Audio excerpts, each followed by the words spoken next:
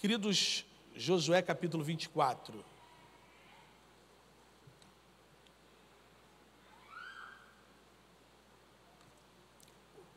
Josué capítulo 24. Como esse mês de maio é o mês da família, nós estamos compartilhando mensagens acerca da família. E a homilia de hoje vai nos tratar justamente sobre famílias comprometidas com o Senhor. Baseado em Josué capítulo 24, a partir do verso 14, que diz o seguinte: agora temam o Senhor e sirvam-no com integridade e fidelidade. Joguem fora os deuses que os seus antepassados adoraram, além do Eufrates e no Egito, e sirvam ao Senhor. Se, porém, não lhes agrada servir ao Senhor, escolham hoje a quem irão servir. Se aos deuses que os seus antepassados serviram, além do Eufrates, ou aos deuses dos amorreus, em cuja terra vocês estão vivendo. Mas eu e a minha família serviremos ao Senhor. Então o povo respondeu: longe de nós abandonarmos o Senhor para servir outros deuses. Foi o próprio Senhor, o nosso Deus, que nos tirou a nós e a nossos pais do Egito, daquela terra da escravidão, e realizou aquelas grandes maravilhas diante dos nossos olhos. Ele nos protegeu no caminho e entre as nações pelas quais passamos. Além disso, o Senhor expulsou diante de nós todas as nações, inclusive os amorreus que viviam nesta terra. Nós também serviremos ao Senhor, porque Ele é o nosso Deus. Josué disse então ao povo: vocês não têm condição de servir ao Senhor. Ele é um Deus santo e Deus zeloso. Ele não perdoará a rebelião e o pecado de vocês. Se abandonarem o Senhor e servirem a deuses estrangeiros, Ele se voltará contra vocês e os castigará, mesmo depois de ter sido abandonado com você, ou ter sido bondoso, perdoe-me, com vocês, Ele os exterminará. O povo, porém, respondeu a Josué: de maneira nenhuma, nós serviremos ao Senhor. Disse então Josué: vocês são testemunha contra vocês mesmos de que escolheram servir ao Senhor. E eles responderam: somos. Disse Josué: agora então joguem fora os deuses estrangeiros que estão com vocês e voltem-se de coração para o Senhor, o Deus de Israel. E o povo disse a Josué: serviremos ao Senhor, o nosso Deus, e lhe obedeceremos. Naquele dia Josué firmou um acordo com o povo em Siquém e lhe deu decretos e leis.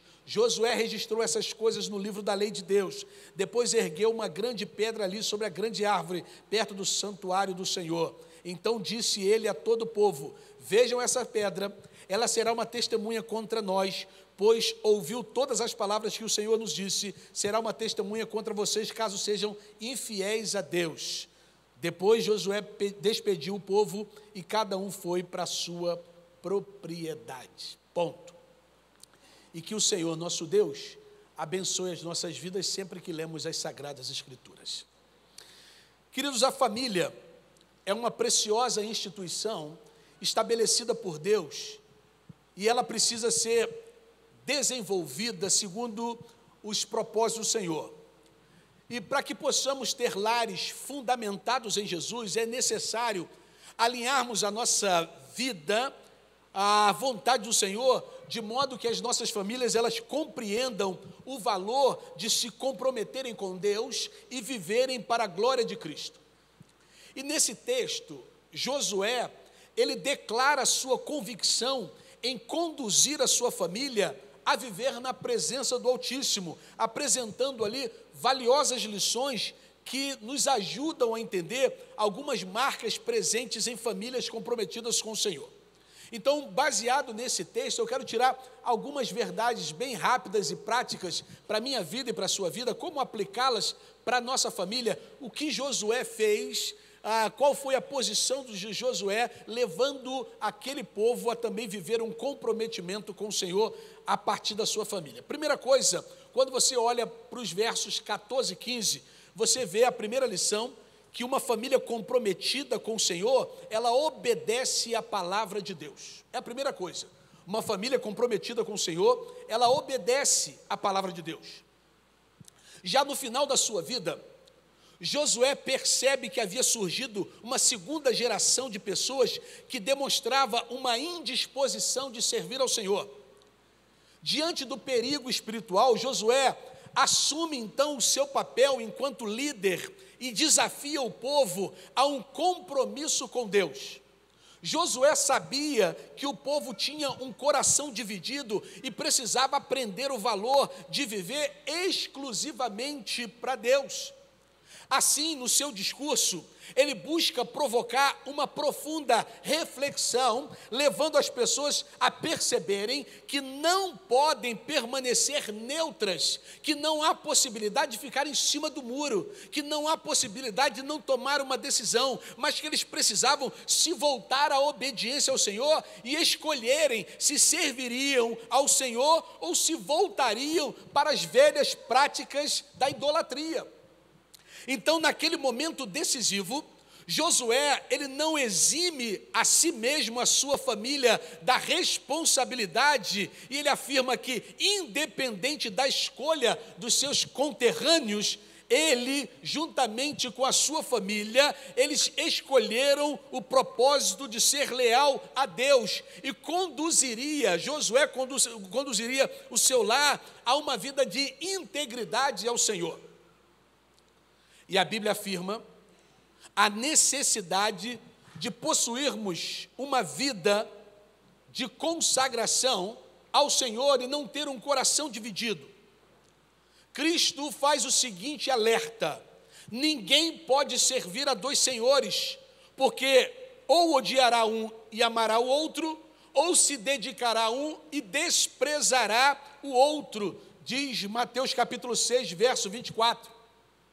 Corações divididos entre os adoradores ao Senhor é prática de pecado que sempre resultou em vidas domadas pela culpa e vergonha. Por isso nós não podemos confundir o terrível erro que a desobediência ao Senhor faz com que cometemos. O pecado sempre trará destruição para a nossa vida e afetará diretamente os nossos familiares. Por isso, como Josué, nós precisamos nessa manhã ter a total convicção se nós queremos servir ao Senhor e levar a nossa família a essa condição de servir a Deus. Mas para que isso aconteça, nós precisamos viver uma vida de obediência à palavra de Deus. Segunda coisa que nos chama a atenção nesse texto que lemos está nos versos de 16 a 21, que fala que uma família comprometida com o Senhor, ela está fundamentada não em palavras vazias, mas fundamentada na fé. Diz a Bíblia que o povo respondeu positivamente ao apelo de Josué e declara que de forma alguma abandonariam a Deus. Eles sabiam que apenas o Senhor poderia realizar os milagres que levaram Israel a ter saído da terra da escravidão e sobrevivido durante toda a peregrinação no deserto e dado todas as vitórias sobre os seus inimigos na conquista da terra prometida. Josué traz a lembrança ao povo de que somente Deus podia ter aberto o Mar Vermelho. Josué traz a lembrança ao povo que somente Deus podia produzir, que enquanto 40 anos o povo estava no deserto, durante o dia havia uma coluna de nuvem produzindo para eles sombra e direção naquele deserto. Durante a noite, essa coluna de nuvem se transformava numa coluna de fogo, que não só alumiava enquanto eles estavam ali no deserto, mas também trazia aquecimento para eles, porque o deserto, durante o dia, pode chegar até 60 graus, mas à noite cai até abaixo de 20. E aí, por isso, aquela coluna de fogo servia para iluminar, para espantar animais selvagens e também para aquecer o povo. Josué diz, olha, somente Deus é capaz de ter feito isso. Josué traz a lembrança do povo, o maná que desceu do céu quando o povo precisava comer. Josué traz a lembrança do povo que Moisés tirou água da rocha quando o povo necessitava de água. Então Josué traz a lembrança do povo que somente Deus pôde fazer aqueles grandes milagres e por isso Josué escolheu servir ao Senhor. Então Josué não falou de palavras vazias, Josué trouxe a lembrança do povo aquilo que Deus fez por eles. Por isso pense hoje sobre a sua vida. Eu tenho absoluta certeza que se você começar a puxar na sua história, na sua mente aí, histórias em que você tem total certeza que Deus operou milagres na sua casa. Há um hino do nosso saltério, do cantor cristão, que diz: conta as bênçãos, conta quantas são, recebidas da divina mão, uma a uma dize-as de uma vez, há de ver surpreso quanto Deus já fez. Então Josué, ele chama o povo, não com palavras vazias, mas trazendo experiências, como Deus sustentou eles até aquele momento, e disse: por isso nós não abriremos mão do Senhor. Terceira coisa que eu aprendo quando eu olho para esse texto que nós lemos, dos versos 22 ao verso 28, eu vejo que uma família comprometida com o Senhor, ela escolhe viver em santidade. Viver em santidade. Diante da resposta do povo, Josué exorta os seus conterrâneos a se santificarem, declarando que eles deveriam consagrar-se por completo. E nesse sentido, eles deveriam abandonar o pecado, abdicando de qualquer instrumento de idolatria, ainda que estivesse presente no meio do povo, e eles inclinassem os seus corações para o Senhor, vivendo unicamente para Deus. E o povo, ele reafirma a decisão de cultuar a Deus, e Josué os conduz a um momento de renovação, de aliança, no qual eles relembram o compromisso que possuíam perante Deus, de se comprometerem a viver integralmente com a palavra de Deus. Viver em santidade está diretamente relacionado a termos uma vida alicerçada em Cristo. Na Bíblia, a santidade está associada à submissão à palavra de Deus e à dedicação exclusiva ao Senhor. Porque quando nós conduzimos os nossos lares e nós escolhemos caminhos de santidade, nós estamos reconhecendo que não precisamos da prática do pecado e que uma vida abundante só pode ser encontrada do lado de Jesus. Se a atual sociedade segue por caminhos perigosos, nós somos convocados por Jesus a afirmar os nossos passos no solo seguro da palavra de Deus. Em tempos maus, em tempos difíceis, em tempos de lutas, em tempos em que, quando parece que o certo é errado e o errado é o certo, nós perseveremos em conduzir as nossas famílias à fidelidade total ao Senhor. Ainda que nos chamemos de retrógrados, ainda que nos chamemos de quadrados, ainda que digam que nós somos fanáticos, mas nós precisamos viver uma vida na palavra de Deus, não abrindo mão da santidade. Irmãos, vocês viram quantas crianças aqui em cima? Aqui nós levamos a sério quando a Bíblia diz multiplicai. Aqui nossa igreja leva a sério o negócio. Crescer e multiplicar. Crescer eu não cresci muito não, mas multiplicar nós é fera. Olha a responsabilidade que nós temos. Nunca foi tão difícil criar filhos. A sociedade nunca teve tão perversa. A sociedade nunca teve tão liberal. A sociedade nunca teve tão longe de Deus. E cabe nós como pais, nós como famílias, nos cabe orientar os nossos filhos na palavra de Deus. Nós precisamos tornar a palavra de Deus o centro do nosso lar, cultivando uma fé sem fingimento, que está interessada em ter um relacionamento com Cristo. Precisamos mais do que Bíblias abertas no Salmo 91, precisamos ter essas Bíblias dentro do nosso coração, inculcado na mente dos nossos filhos. Não adianta ter uma Bíblia aberta, chega a estar com a página amarela lá, no aquele que habita no esconderijo do Altíssimo, a sombra do Onipotente descansará. Nós precisamos descansar no Senhor, colocando a Bíblia como fonte segura para os nossos filhos. A Bíblia não pode ser apenas, ou não pode ser um amuleto, ou apenas um livro da nossa estante. Ela precisa ser nossa bússola que nos direciona a viver os caminhos que o Senhor tem para as nossas vidas. Porque famílias que buscam viver em santidade têm os seus corações alertados para a maldade do mundo e reconhecem os riscos impostos pelo pecado, sabendo que estar na presença de Jesus é fator crucial para a felicidade e para aqueles que experimentam grandes milagres de Deus. Irmãos, daqui a pouco nossos filhos saem da nossa casa e vão para as faculdades. E muitas vezes lá são abordados com tantas ideologias, com uma mesa de tantas coisas, que se eles não tiverem preparados na palavra, solidificados com uma mensagem no coração, nós perdemos os nossos filhos. Quantos jovens que saem para estudar fora e não voltam mais para o Senhor.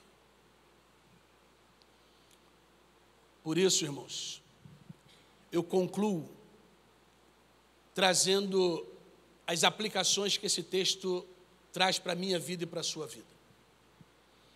Esse texto nos direciona a viver um compromisso com o Senhor, no qual a palavra de Deus não seja simplesmente um detalhe.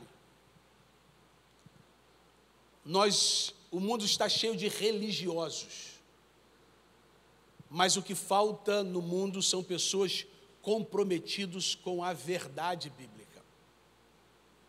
Nós somos desafiados a viver um exclusivo relacionamento com o Senhor, integrando a nossa vida à vida do Senhor de maneira total. Nós precisamos ter uma exclusividade de relacionamento. Nós não devemos ter um compromisso com o Senhor que se limite apenas a um discurso religioso. Josué, ele diz, olha, não basta a gente apenas dizer, olha, o que Deus faz, olha o que Deus fez, olha o que Deus agiu, mas se na nossa vida as pessoas não veem Deus em nós. Porque falar de Deus e não viver Deus é apenas discurso, é apenas religiosidade, é apenas falácia. Palavras vazias não surtem impacto para a vida e trazem confusão para a família, promovendo a falsa ideia de que é aceitável estar dividido entre servir a Deus e praticar o pecado. Muitas famílias não servem a Deus porque muitas vezes a família que é uma coisa aqui na igreja não é a mesma coisa em casa, não é a mesma coisa na rua, não é a mesma coisa no comércio. Precisamos viver uma vida de integridade. Aquilo que somos na igreja precisamos ser dentro da nossa casa. Aquilo que somos na igreja precisamos ser na nossa família, precisamos ser na nossa rua, na nossa vizinhança, no nosso trabalho, aonde nós andarmos, senão é apenas discurso vazio. Josué disse, olha, eu não sei vocês, mas eu e a minha casa serviremos ao Senhor. Qual a decisão que vocês vão tomar não me importa, porque vocês conhecem o mesmo Deus que eu conheço. Mas uma coisa é fato, eu, a minha esposa e meus filhos não abrimos mão de caminhar com o Senhor. Baseado na vida de Josué, baseado em tudo que Josué trouxe, aquele povo diz, olha, nós também queremos isso. Porque nós vemos Deus na sua vida, nós vemos Deus na sua família, nós vemos Deus nos seus negócios, nós vemos Deus em tudo que você faz e nós queremos esse Deus. Ei, muita gente não quer o nosso Deus porque não vê esse Deus em nós. O nosso Deus muitas vezes é só um Deus de discurso. É cheio de crente que deve os outros, é cheio de crente fofoqueiro, é cheio de crente quizumbeiro, é cheio de crente cheio de malícia. E aí o cara fala, pô, meu irmão, e tu está na igreja? Ou seja, o discurso é uma coisa, a vida é outra. Josué disse, para mim isso não serve. Ou a gente abre mão dessa vida de pecado e serve ao Senhor, ou então vocês continuam servindo os outros deuses. O que não dá, o que não pode é servir a dois senhores. O que não dá é domingo estar aqui na igreja como santo e na segunda estar aprontando lá. Isso que não. A proposta não é essa da Bíblia. E devemos considerar que Jesus trabalha em nossa vida através da santificação. Ei, Deus só tem compromisso com quem tem compromisso com Ele. Viver em santidade é estar disposto a abandonar o pecado e conduzir as nossas famílias em direção ao propósito de Deus. Irmãos, abandonar o pecado não é fácil, porque a nossa carne é tendenciosa para o pecado. Tudo aquilo que não pode é o que a gente quer. Você vê os nossos filhos, parece que o que é o não, que é o melhor para eles. O que é o correto é difícil inculcar na mente dos nossos filhos. Tenta ensinar um versículo bíblico para o seu filho. Irmãos, eu fico imaginando ensinar essas crianças a cantar essa musiquinha aqui. Agora, as músicas do TikTok, elas aprendem com uma facilidade. As dancinhas do TikTok é uma facilidade. Agora, vai aprender um jogral aqui. Até porque jogral a gente nem usa mais. Falar para o nosso filho, nós vamos ter um jogral na igreja, nosso filho não sabe nem o que é isso. Então é difícil ensinar um versículo bíblico para os nossos filhos, é difícil ensinar um hino, um cântico, uma música cristã para os nossos filhos, mas eles aprendem as outras coisas com muita facilidade, porque a carne é tendenciosa para isso, para o mal. Mas nós precisamos estar dispostos a abrir mão disso tudo, dizer para os nossos filhos, olha, não tem jeito, nós precisamos andar na contramão do mundo, porque diz a Bíblia que nós somos estrangeiros em terra estranha. E ser estrangeiro é falar um outro idioma que o outro povo fala. É viver diferente, é se vestir diferente, é falar diferente, é ter gosto diferente.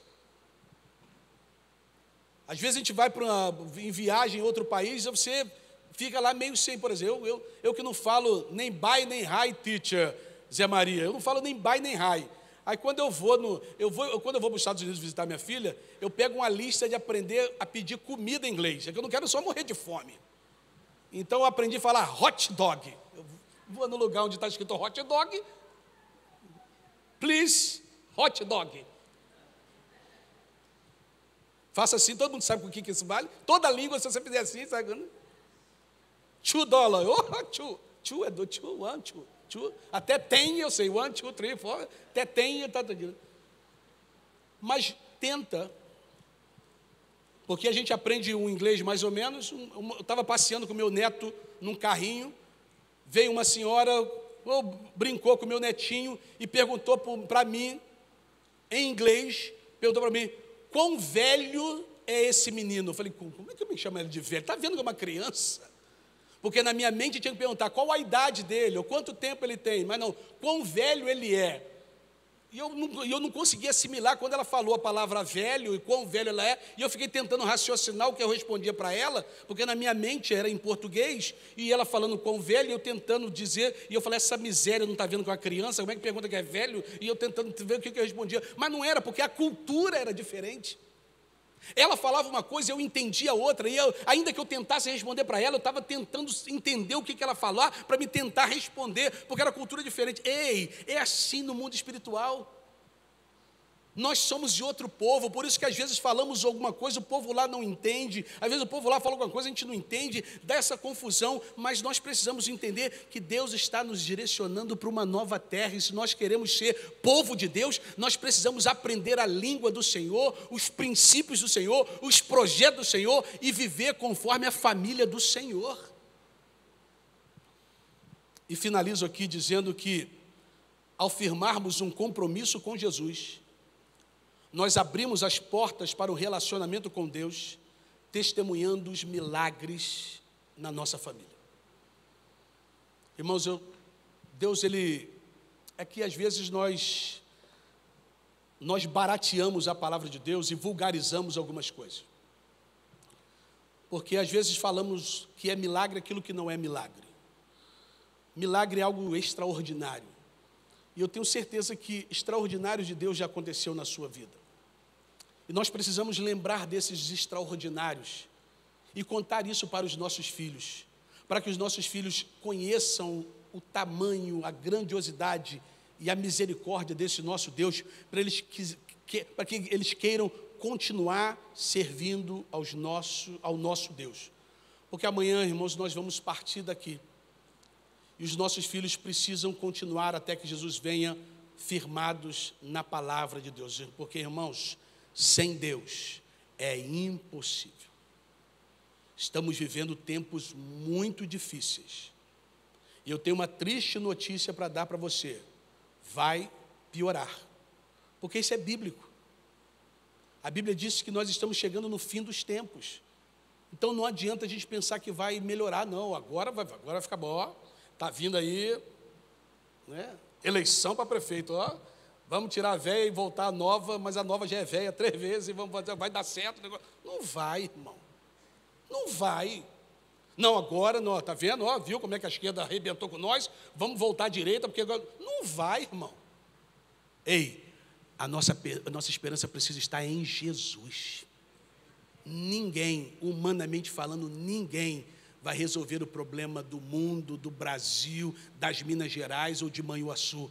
A única esperança para Manhuaçu, Minas Gerais, Brasil e mundo se chama Jesus de Nazaré, o único.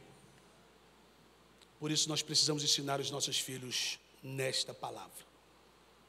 O resto é secundário. Primário é a palavra de Deus no coração da nossa família. Amém?